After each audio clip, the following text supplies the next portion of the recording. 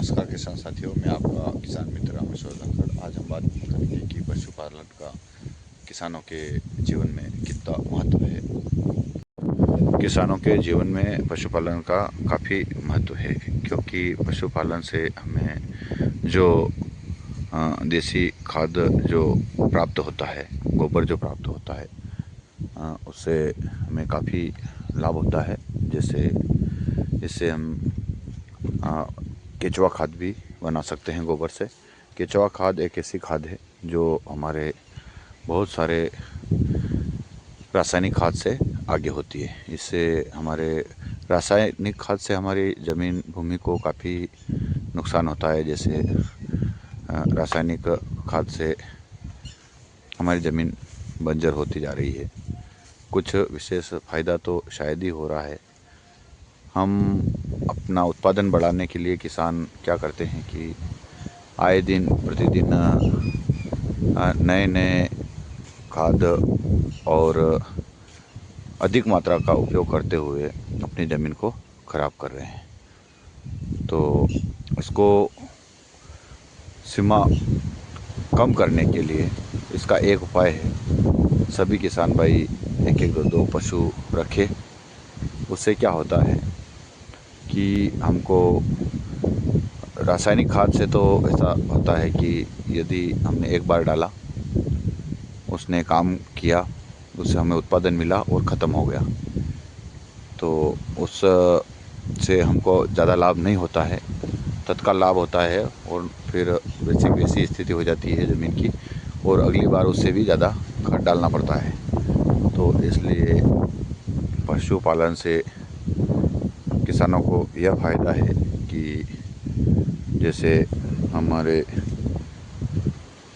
हमने यदि केचुए की खाद बनाई, यदि हम चाहे तो एक प्लास्टिक की खेरें मार्केट में मिलती है, वह खेर लगा दें और उसमें गोबर अच्छा ठंडा करके गोबर डाल दे और उसमें केचुए छोड़ दे और उसको 2-3 महीने में खाली करते रहे।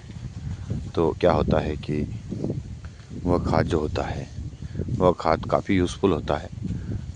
जहाँ पर लहसुन नहीं होती है, जहाँ पर लहसुन ख़त्म हो चुकी है, वहाँ पर भी उस खाद से लहसुन हो जाती है। इतना यूज़फुल खाद होता है। रासायनिक खाद से तो हमारी ज़मीनें बंजर हो रही है, पर देसी खाद एक ऐसा खाद है जो एक बार डालने पर करीब करीब यह 4 से 5 साल तक उत्पादन प्राप्त होता ही रहता है और हमारे सेहत के लिए भी काफ़ी फ़ायदेमंद होता है। यह हमारी सेहत से भी बहुत, सेहत के लिए काफ़ी अच्छा होता खाद होता है, क्योंकि इससे हमको कोई बीमारियां से काफ़ी राहत मिलती है। और रासायनिक क्या है, बीमारियां ही है। इसलिए सभी किसान से विशेष अनुरोध कि जहाँ तक हो सके इतने आप पशुपालन करें, 2-4 पशु रखें। तो उससे गोबर, जो भी गोबर प्राप्त होगा उससे आप केचुए की खाद बनाएं या फिर डायरेक्ट खाद बनाएं, तो वो अपने अच्छी सड़ा कर अपने खेत में डालें, ताकि उससे आपको उत्पादन अच्छा मिलेगा। तो एक तो फ़ायदा वो हो गया अपना कि रासायनिक से हम बचने की कोशिश करें, थोड़ा थोड़ा रासायनिक कम करेंगे और जैविक खाद बढ़ाएंगे। तो एक फ़ायदा तो वो हो गया अपने को, उधर लागत कम होगी और इधर अपनी ज़मीन में सुधार होगा।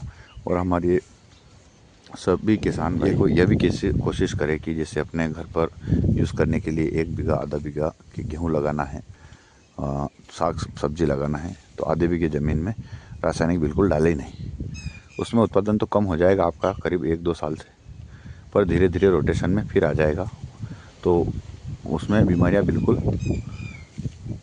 प्रॉब्लम ही ख़त्म हो जाएगी। उसमें काफ़ी हद तक हम बीमारियों पर कंट्रोल पा सकते हैं, क्योंकि हम जैविक उसमें जैविक ही होगा। यदि हम उसमें दवाई नहीं डालेंगे, खाद भी नहीं डालेंगे, तो उत्पादन तो थोड़ा कम हो ही जाएगा, पर उसमें देखिए आप केमिकल की मात्रा नहीं रहेगी। जैसे गेहूँ है, उसमें केमिकल की मात्रा नहीं रहेगी। सब्जी है, सब्जी में भी दवाई नहीं डालेंगे तो केमिकल नहीं रहेगा। हम देसी दवाई का भी देसी दवाई स्प्रे के लिए भी घर पर तैयार कर सकते हैं। हम पर जैसे गौमूत्र लें, छाछ लें, गुड़ लें, नींबोली, नीम के पत्ते वगैरह वगैरह डालकर हम देसी रख दे 2-3 दिन के लिए, और उसको छान कर उसी हमारे 1 बीघे में स्प्रे कर दे, ताकि वो हमारा काम चल जाएगा और हमारा नुकसान नहीं होगा। तो सभी किसान मित्र थोड़ा ऐसा यूज़ करें, ताकि हमारा आजकल बीमारियां काफ़ी बड़े स्तर पर हो गई है, काफ़ी बड़े लेवल पर प्रॉब्लम खड़ी होने लग गई है। तो सभी मित्र ध्यान दें कि थोड़ा सब जैविक यूज़ करें। यह सब संभव है जब तक आप पशुपालन नहीं करेंगे ना। पशुपालन करना कोई बड़ी भारी बात नहीं है, उसके लिए कुछ अलग से लगता नहीं है। अपने पास किसानों के पास बहुत सारा भूसा होता है, फसलों का वेस्ट निकलता है।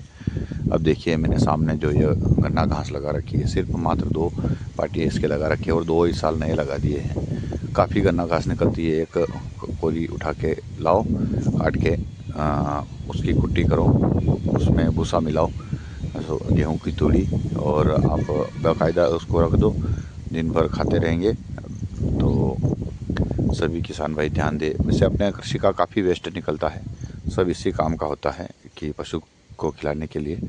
तो सभी किसान भाई, बहुत सारे किसान भाई ने भी पशु रखना बंद कर दिए हैं कि इससे क्या फ़ायदा है, इससे हमारा नुकसान नहीं है।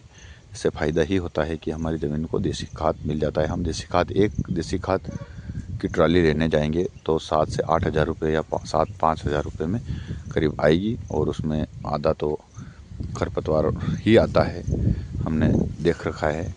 तो उससे हमको नुकसान ही है, कोई फ़ायदा नहीं होता है। तो हम घर पर ही देसी खाद कर सकते हैं। यदि एक पशु हम 2 पशु रखते हैं, यदि नए गाय भैंस भी खरीदते हैं, गाय खरीदते हैं तो 15 से 20-25 हज़ार में एक अच्छी गाय मिल जाती है। 2 गाय लाने में 50 हज़ार का खर्चा हो जाता है। उसके लिए मेंटेन करके जैसे तैसे हम एडजस्ट करके चलें तो हमको 2 से 4 ट्राली खाद मिल जाता है, और उसका दूध भी हम बेच देते हैं, उधर से भी इनकम हमको मिल जाती है।